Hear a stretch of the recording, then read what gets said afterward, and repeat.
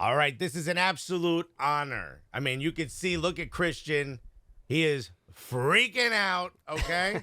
What is this? Look, is it Christmas already? Is it what is it? Look, Or Boxing Day? As Americans, we get to pick a Premier League team. And I remember when Christian said, yo, I think I'm going to be an Everton fan. I was like, hey, yo, ain't no one of those players ever going to want to be on our show. And apparently I was wrong. Yo, the pride of Birmingham. Ladies and gentlemen, all the way from Everton, I had to watch this man score against my squad in the away. And let me tell you something, away fans, they're not as gracious as me, okay? They were very upset. They were bumping into me, and this man caused that, all right? Ladies and gentlemen, very proud, very honored to have him. Demarai Gray, everybody! Damar, what's up, man? Good to be here, man. Good to be here. Thank you so much for joining us. It's an absolute honor to obviously have an Everton player on the show. That you are our first active Everton player, and I just want to get right into it because these last 12 months as an Everton fan have been difficult for me personally, right? Oh, yeah, and yeah, we yeah. have That's so what Damari's interested in, is how was it for you? Let's talk about me. No, but it's obviously it was a roller coaster of a season, and emotionally for pretty much everyone involved. And it was an honor for I can speak for Alexis here. It was an honor for both of us to be a part of that in some way. We were at Goodison Park, December 6th, 2021, Everton versus Arsenal, and you got to be the hero of that game. But before we talk about that game specifically, a quick synopsis of, from last preseason to this preseason, how's Demarai Gray feeling at the moment? It's feeling good. Obviously a fresh start this season. Like you said, the last 12 months have been like a roller coaster. So to survive the way we did last year was obviously nice, but yeah, got to be positive now, and looking forward to another year. Now, we actually got a chance to see you play first down in Orlando for the last preseason when you played with Everton, and they were a part of the Florida Cup. Was this your first time playing in the United States? And I know, look, I'm a big dude, so I remember how hot and sticky that day was. Were you like, why do we play in this? Can we put the air conditioner on? It's mad. I've had a tour in LA like 5 years ago, maybe, when I played for Leicester. So that was my first experience. But yeah, last year in Orlando, that's the first thing, is the heat. I don't know. I think the MLS games are at nighttime, though. Yeah. Some of them. Yeah, so Some of them. Yeah, it makes sense because I was dying. Literally one sprint, I was dying. But no, it was a good experience. Different set of fans. For me, obviously, it was my first week or two with Everton. It was a nice place to obviously meet up with the team and play my games. Scored out there as well, which was good. So yeah, it was good experience. Look forward to coming back soon as well. Yeah. This is the thing, we joked about this last year, but that game was interesting. It was against Millonarios. It went to penalties. You also scored a penalty in that game as well. But there was one thing that was odd in that game. The announcer, the in-stadium announcer, was calling a goal for every single penalty during penalty kicks. He was driving as a player, us insane. As a fan, we were like, yo, this is embarrassing us as America. We know the game a little bit more than this. They shouldn't be doing this. As a player, were you like, yo, what? Can he stop doing this? Yeah, he must not have any no football knowledge like everyone. Everyone don't know, but yeah, even the commentary, the announcements, all different. But good experience. Crazy as it is, it's a good experience. That's like an NFL announcer, like a college NFL announcer. So he doesn't know. He's like, and another congratulations on the red card to player. You're like, what the hell is this guy talking about? I don't think he knows anything about the sport. Right, we're trying to help. We're trying to help, our people along as well. You mentioned, being in a tour here with Leicester City, and that when. I think for a lot of people, the first time they really, really heard about you, especially in the United States, was that championship run with Leicester City. As far as, emotional kind of topsy-turvy seasons and things being kind of unexpected, you are a veteran of that already, even at a young age. But winning the Premier League with Leicester, you're the first person we can talk to about that. How has that helped shape you to the player you are now?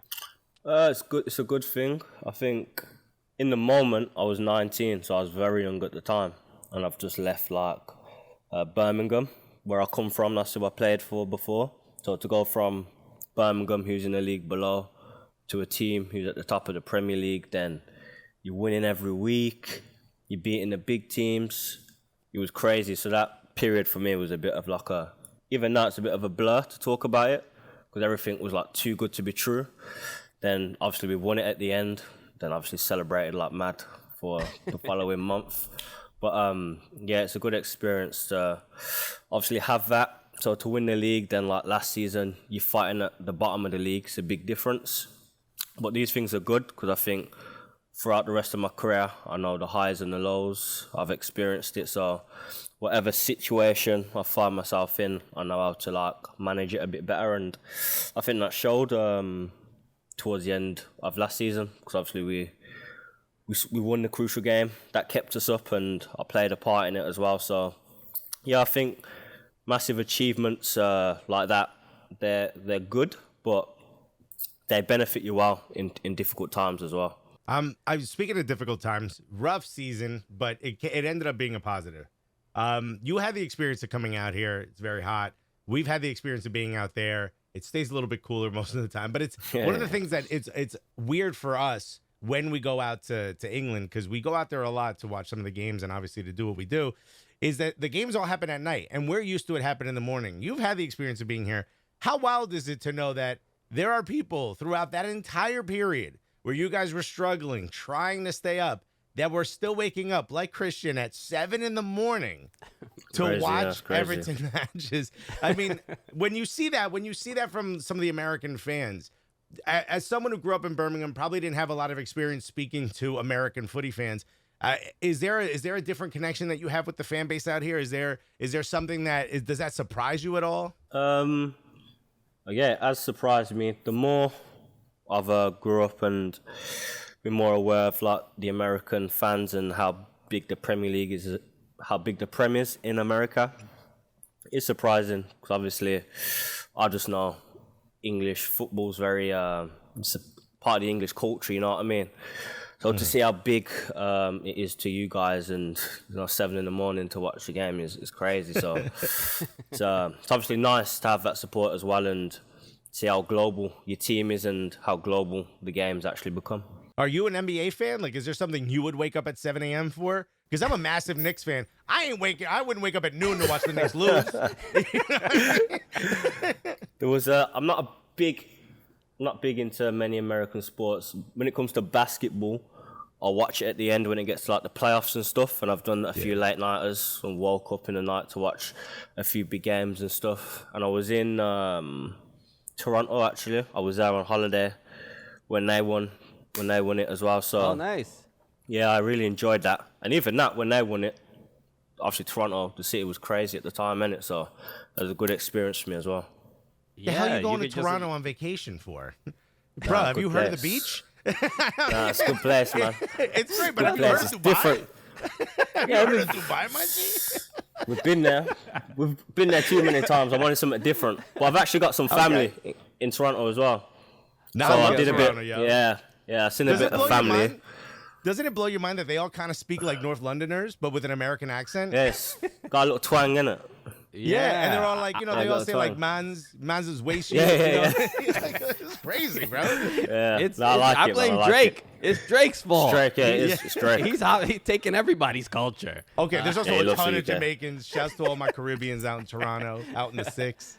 I want to ask quickly about just playing for Everton, and obviously this year, your first year, and it's a wild year. But one thing that was fascinating, and I think even as an American Everton fan, seeing the level of passion and support from Everton fans, from Evertonians, while the team is struggling. Usually, you see teams struggle or in a relegation battle, and the fans tend to get a little bit down, a little bit depressed, and they sort of sense the inevitable. But Everton fans did the complete opposite. It was like we were in first, and the smoke and sending the team off during away matches. What was that like for you?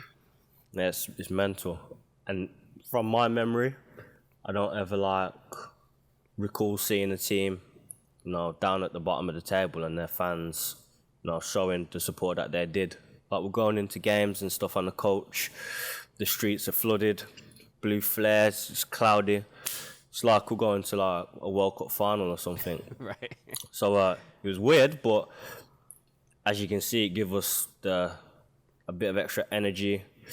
It's a good feeling to know that the fans are behind you no matter what. So I wouldn't say there's not many teams. I don't know if any other teams have a set of fans like ours, and luckily and thankfully we could repay them with their support, because obviously if we didn't complete the job and they give us so much effort, it would have been disappointing. But it shows how much of a family the club is with the players and the fans, and everyone's one. It was a collective effort in the end, and we got it done. Yeah, I'm grateful without a doubt, and I want to make sure we ask about this because I said before we were at the game, Everton versus Arsenal. This is who is the opponent in Baltimore in the United States. But this was, I don't know if so we actually filmed a documentary while we were there. If you haven't seen it, I will make sure I send it to you because you are part of it. But that was my first time at Goodison Park ever getting to see Everton at Goodison Park. Yeah, that was also my first time. I was treated respectfully as a guest. The game, I was in the in the home end. The Lexus was in the away end, and you score this goal late in the game, an absolute banger, and I I could not believe. I was expecting we got a point here. We're filming this documentary. I'm like, you know what? It's 2-2. Not bad. This will be a decent ending to a documentary. And then you score that goal and really you made the film, bro. But what do you remember about that goal and that moment? Weird moment. Because I think throughout the game, I had a feeling that I was going to do something. Like I was going to get one more opportunity. And obviously, it's late in the game, so at this point, I'm tired as well. Getting cramp in my legs. But I just had a feeling, and obviously, I've cut inside as I do. Then it's like, as soon as I've hit it, it's like bubbled up a little bit. I've hit it at the right time. And when you just know, all right, I've hit this too clean. Obviously, it's hit the post and gone in, and yeah, the rest is history. I did that for you, though, for the documentary. Good. Thank you. Good. So you got to see me cry in the documentary. I'm so happy. But in that moment, actually, I do want to ask you, you say, you feel like you're going to have one more chance. For those of us who've never played at that level, what exactly do you feel in that moment? Like, is it you're seeing, a gap between the defenders? Do you feel like you've just got enough energy, or you feel like you're getting passes? How do you know? Because I got to be honest, being in the stands, I had no clue you were going to get one more chance. You know what I mean? I thought I was walking out of there with a draw. He was actually hoping you did not get another chance. I saved room in my pocket for that point, and then you took it from me. I think I don't know how to explain it. It's just like a feeling. And maybe it's like a confidence thing as well. So when you're confident in your game, like when I'm top level confidence, I go into every game like I'm going to score today. Like no one's going to be able to tackle me. If I do get tackled, I'm like, he's lucky. But in this game, I don't know. I was playing well the games before, and I knew if I get a moment where I can hurt Arsenal, I'm gonna take it. And I know everyone's tired in the game as well. Well, you gotta say it like that. Yeah, I was gonna take it, and that's what I did. Yeah, paid off that day. Damn, you've heard us twice. One, we finished second to you when you were at Leicester City. And I remember Welbeck scoring off the top of the fade, bro. Yeah. I remember right off Skimmed the trim line. He scored right off that. I thought we had it, and then y'all beat us. And then I go all the way to Liverpool, and I gotta sit in Goodison and watch you score against my boys. I think you just hate me, bro. I think you hate me, Demarai. Nothing personal. Nothing personal. You know what? I felt that day. I felt that day that Demarai was gonna destroy my day. I felt it, just like you could feel it. No, dude. Well, look, this has been absolutely amazing. Look, we wish you, I can speak for I wish you the best in this season. Alexis probably wishes you the best as long as you're not playing Arsenal. But the first game of the preseason will be against Arsenal, and it's good because obviously this was supposed to happen last year in the Florida Cup, obviously we get to kind of make up for that. Is there anything I don't know if you've been to that area in the United States in Baltimore? I know Alexis is a pizza expert. He mentioned there's Baltimore pizza. Anything Demarai should look out for in Baltimore as far as food or anything? I'm a pizza guy, so tell me the Really? spots. Yeah, I'm a pizza guy, yeah. Okay, well, Baltimore or Maryland style has their own style. It's like a thin grilled type of dough with pizza on top. But I don't know if you're a seafood guy. Yeah. Yeah, I mean, Maryland crabs is some of the best crabs in the world. Soft blue shell crabs down there. Everything's got Old Bay seasoning on it. It's a beautiful thing. The food is going to be crazy. I didn't know how much of a pizza connoisseur Demarai Gray was, but we had a question from one of our fans. This is from Justin Freeberg. We usually do a segment. I wasn't gonna get to it. We probably didn't have that much time. But Justin said, "Do you prefer thin crust or thick crust pizza?" Demarai? Question. Oh. Nice, a good question. Normally, I was a thick crust guy, but I went to a new pizza shop the other day where I live, and it was thin. And I think it's the best I've had. So at the minute, I'm thin. Okay. Well, I'll also tell you, if pizza in England is the best you've had, you are going to be shocked when you try pizza in New York, bro. You are going to be floored, my G. If you ever make it to New York, I expect it. If you ever make it to New York, hit us up. I got some spots for you. I'll let them know you coming. It's gonna be all love. You're gonna be you might just stay here, bro. That's how good the pizza is. You might be like, I'm not a footballer anymore, bro. I'm gonna get a job in IT. Alexis here. is the pizza mayor, for the lack of a better term. I mean, anything you need to know about pizza, Alexis is your guy. I got you. All right, Demarai Gray. Best of luck in your two matches. Obviously, in the United States, you guys are gonna be playing Arsenal and Minnesota United. And best of luck this season, man. I'm gonna be watching even more intently. I'm hoping for your success and the success of the Toffees this year. I think new manager, the high of all that support at the end of the year. I'm very optimistic. So I think it's. And next time you play Arsenal, own goal. Think about it. Just think about it. Just a little next week. Next week I'll do the same thing. Let's go. You're gonna break my heart again 3 times. Let's go. Demarai, thanks so much, man. Take care, brother. Pleasure. Thank you, guys.